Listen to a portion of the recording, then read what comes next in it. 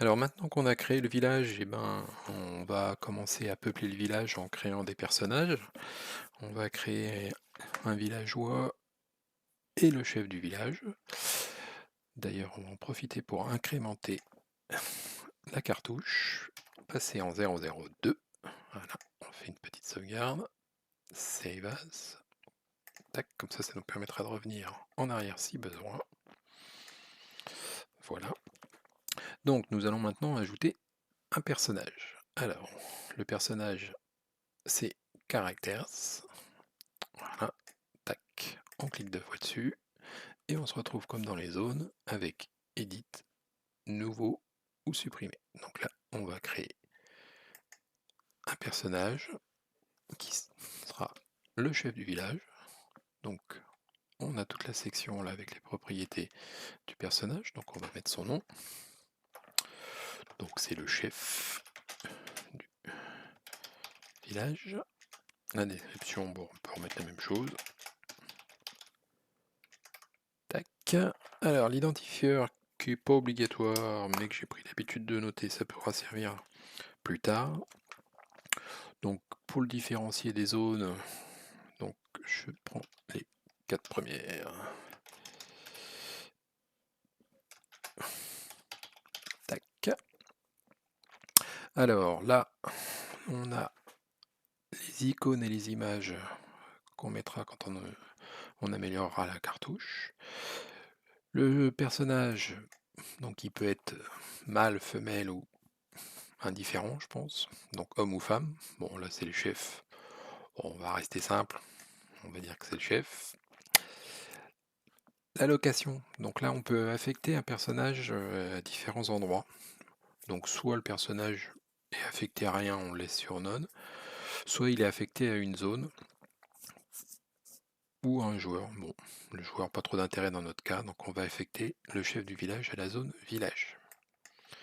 Donc là, ça veut dire que le chef du village apparaîtra automatiquement quand on rentrera dans la zone. Voilà, le personnage est créé, c'est relativement simple. On va en créer un autre, donc on clique à nouveau sur Nouveau. On va créer des villageois. Voilà. Tac, description, je mets la même chose. Après, vous mettez ce que vous voulez. Tac. Hop. Voilà. Là, on va dire que c'est toujours un homme. La location, il sera toujours dans le village. Donc on voit qu'on peut l'affecter aussi au chef du village et qu'il a une petite icône différente en fonction de si c'est un personnage ou une zone. Voilà. Et comme il en faut pour tout le monde, eh ben, on va créer un troisième. Allez, soyons fous. Une villageoise.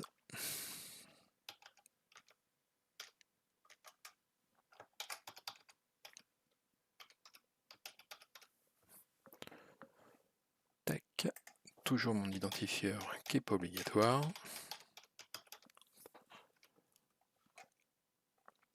Hop. Ce coup-ci, on va dire c'est une fille. Et on va l'affecter au village. Voilà. Donc maintenant, on va tester la cartouche. Donc comme d'habitude, on voit que la cartouche est modifiée ici. Mais quand on va lancer la cartouche, ça va s'enregistrer automatiquement. Donc on appuie sur F5 et l'émulateur va se lancer. Donc on relance signal. Donc maintenant on commence à connaître comment fonctionne la cartouche. On peut aller un peu plus vite. Bonjour signal. La zone apparaît. On voit aucun personnage. Je me déplace, je rentre dans la zone. Mon petit bonjour de bienvenue quand je rentre dans le village. Et maintenant on voit qu'il y a 3 personnages dans le village. Chef du village, un villageois, une villageoise.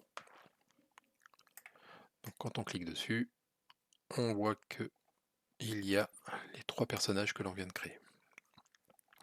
Bien sûr, si l'on quitte le village, hop, Voilà, vous quittez le village, ça c'est ce qu'on a fait précédemment. Et automatiquement, on ne voit plus les personnages qui sont dans le village. Donc on revient dedans, bienvenue au village. Quand on clique sur villageois, on a la description qu'on a fait juste avant. Et il ne se passe rien d'autre parce qu'on n'a pas créé d'action. Donc on va maintenant créer une action quand on va parler aux villageois. Donc pour créer une action sur le villageois, la villageoise ou chef du village, on ferme l'émulateur. Voilà. On va commencer par la villageoise et on va ajouter une commande au villageois. Ici, les commandes sont là. Donc toujours le même principe, on édite, on crée ou on supprime. Donc là on va en créer un. Nouvelle action qu'on va appeler parler. Donc là, on peut mettre un texte. C'est pas obligatoire.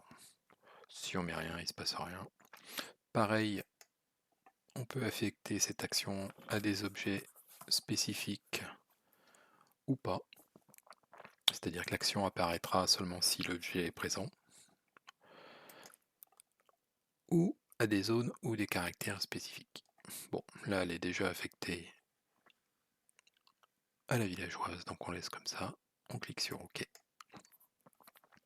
Et donc on voit qu'il y a une nouvelle action, une nouvelle commande. Donc on peut en mettre plusieurs, hein, ça pose aucun problème. Et on va remplir et indiquer un message quand on va cliquer dessus. Donc, hop, voilà. Comme d'habitude, on se retrouve avec notre petit diagramme, donc on va indiquer un message. Voilà. Et on va mettre bonjour. Je suis une villageoise. Voilà. Donc du coup, quand on cliquera sur le personnage villageoise et sur parler, le personnage nous indiquera bonjour, je suis une villageoise. On va tester tout de suite. Donc pareil, F5, on lance l'émulateur. Sauver signal, je joue, bonjour signal. Je cours jusqu'au village. Hop, bienvenue au village. Donc on n'a rien mis pour le villageois. Donc si on clique dessus, il ne se passe rien. Sur le chef de village, il ne se passe rien non plus. Et bien sûr sur la villageoise, on a une nouvelle icône qui apparaît parce qu'on a créé une commande donc qui s'appelle parler. Donc on clique dessus et là ça nous dira bonjour, je suis une villageoise. Tout simple. On revient, on peut revenir au personnage. Voilà. Donc on a créé notre première commande de personnage. Bon bah maintenant on va remplir les commandes des autres. On referme l'émulateur. On revient sur le caractère villageois où il n'y a rien. Pareil, toujours les mêmes informations. Hop. Donc on va faire une commande parler pour le villageois. Toujours sur le même principe. On ne change rien au reste. Elle apparaît. On prend notre message. On clique sur les deux petits guillemets. On remplit la valeur. Bonjour. Je suis un villageois.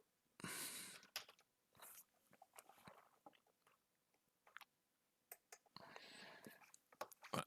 Donc là, on peut leur faire dire tout ce qu'on veut et avoir des actions qui se suivent les unes derrière les autres. On voit ici qu'on a ouvert le villageois et la villageoise. Donc pareil, on peut naviguer dans les onglets. Et on va parler au chef du village. Hop, parler. Ok.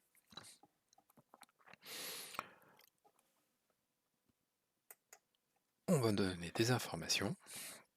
On remplira plus tard l'information sur les objets. Un message. Et là, comme on rentre dans le script, Bonjour, merci de venir nous voir. Nous sommes à la recherche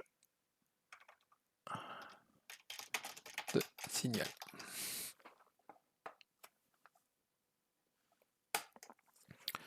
Voilà. Donc, maintenant, on va tester pour vérifier que tous les villages parlent bien à tout le monde. Donc, toujours, on voit qu'à partir du moment où on modifie, la petite icône modifiée apparaît. On appuie sur F5, ça s'enregistre automatiquement. L'émulateur se relance. Bonjour signal. Oh, le village. Je vais au village. Bienvenue au village. Donc, quand on voit la villageoise, bonjour, je suis une villageoise. Le villageois, bonjour, je suis un villageois. Le chef du village, bonjour, merci de venir nous voir. Nous sommes à la recherche de signal. Donc on voit bien que tous les messages s'affichent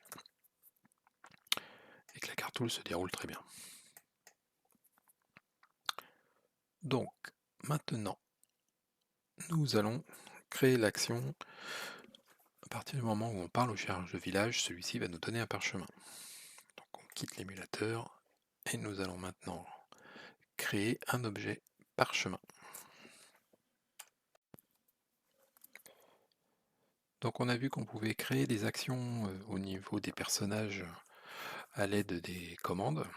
Mais bien sûr, si on a un personnage qui n'apporte rien, qui est simplement là pour faire joli, on utilisera simplement le onClickEvent pour simplement afficher un message ou faire la suite du jeu. Donc on va faire un petit personnage supplémentaire qui va être le chien du village. Hop, chien du village. Alors je remplis toujours hop, mon petit caractère en dessous. Voilà. Donc un petit chien. Donc là, on l'affecte au village. On remplit pas de commandes parce qu'on parle pas au chien, même si certains parlent, mais ça, on n'est pas sûr. Donc là, on va simplement utiliser un event simple, un message, toujours pareil. On clique sur les deux petits guillemets. Waf. Hop. Voilà. Et quand on lance l'émulateur pour aller dans le village, on va voir maintenant. Bonjour, bienvenue au village. Qu'il y a 4 personnages, que 3 apparaissent, bon, ça c'est simplement dû à la configuration du logiciel. Mais quand on clique dessus, on voit qu'il y a bien les 4 personnages. Donc si on clique sur villageoise, on aura bien la possibilité de faire des commandes en fonction du personnage. Mais si on clique sur le chien, on aura directement le message et pas d'autre solution possible. Voilà. Pour un personnage simple. On revient dans l'émulateur. Bien entendu, sur un personnage simple, on peut utiliser le diagramme pour faire beaucoup plus d'informations que simplement un message. Ça, on verra sur la dernière partie de la cartouche.